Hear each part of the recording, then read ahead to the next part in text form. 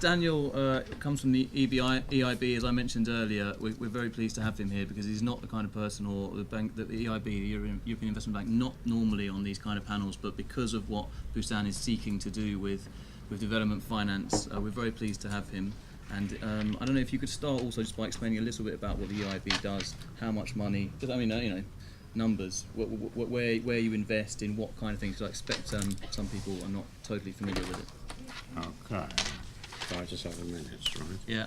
Okay. You have to fit that in. Okay, Jonathan. Okay, thanks for having me here, Jonathan. Now, Paris and Accra, let's go straight to the point.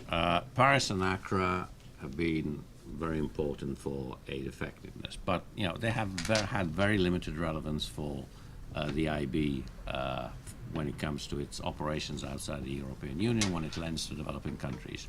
Why? Because the IB does not deal with development aid. We are rather in development finance. What we do is we provide credit for discrete investment projects, which may be infrastructure, which may be private sector, and we do not provide grants per se. I mean, we are a rather big lender to developing countries, about 4 billion euros per year. Our main mission is lending in Europe, but we nevertheless have this rather large program. Nevertheless, I mean, we have been in Paris and Accra and Rome before. We will obviously be in Busan because we are a big player in development finance. But let's say that the appeals for aid effectiveness have led to practical results in the way we operate. For example, the most practical one has been the establishment of the Mutual Reliance Initiative between the EIB, the KfW, the German Development Bank, and the Agence Française pour le Développement, AFD. And this mutual initiative is basically a pooling of appraisal resources when we co-finance projects. So instead of having 3 appraisal teams on the ground to confuse national authorities, we only have 1. And that is, we're getting feedback from the countries. I mean, that's quite a welcome change. But looking ahead at Busan, we all know that aid budgets are going to be limited, and they're even likely to shrink further in the current fiscal context worldwide. So we do have a crucial question here. The crucial question is, should aid be reserved for its standard development priorities in the social sectors, or should some of the aid resources be devoted to leverage additional private sector investment or private-public partnerships that can contribute to pro-poor growth? You probably all know that the latter seems to be favored by the EU Council and the paper EU Common Position on Fourth High-Level Forum on Aid. So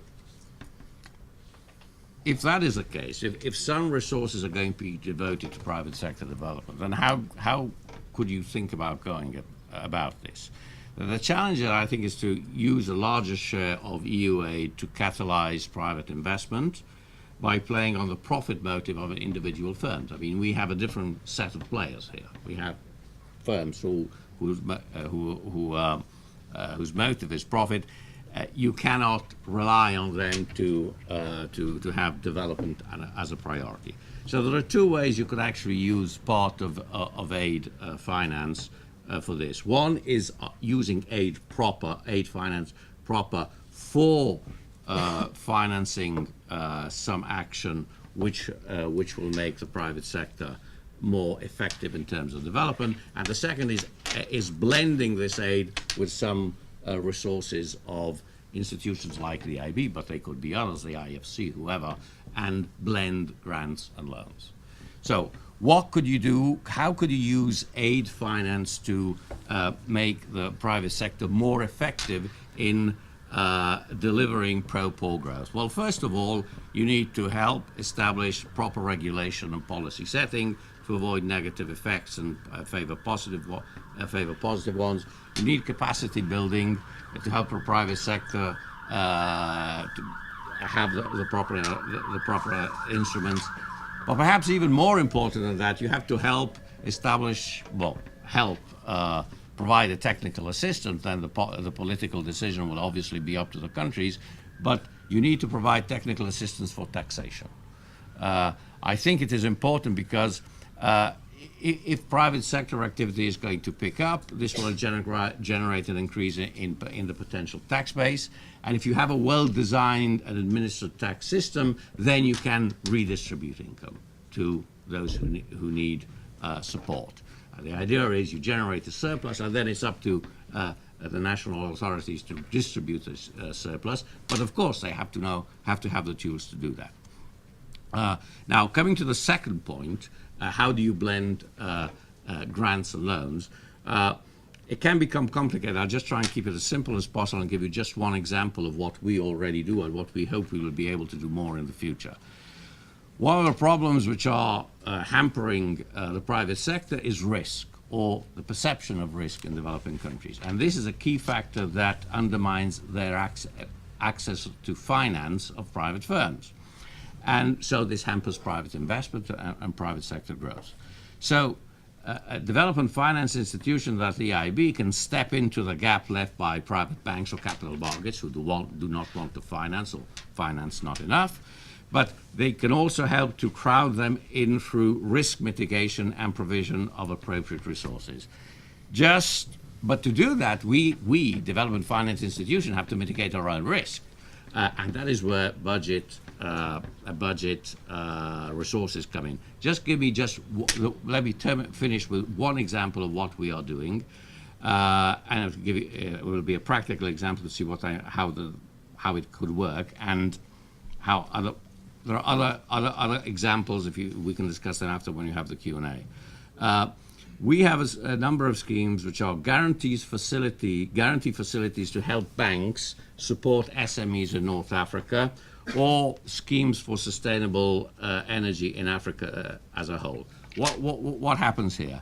The EIB provides a credit line to local banks to lend for SMEs or for sustainable energy projects. Now, the banks normally would on-lend it to firms, but because of risk, they are unwilling to do so. So what happens?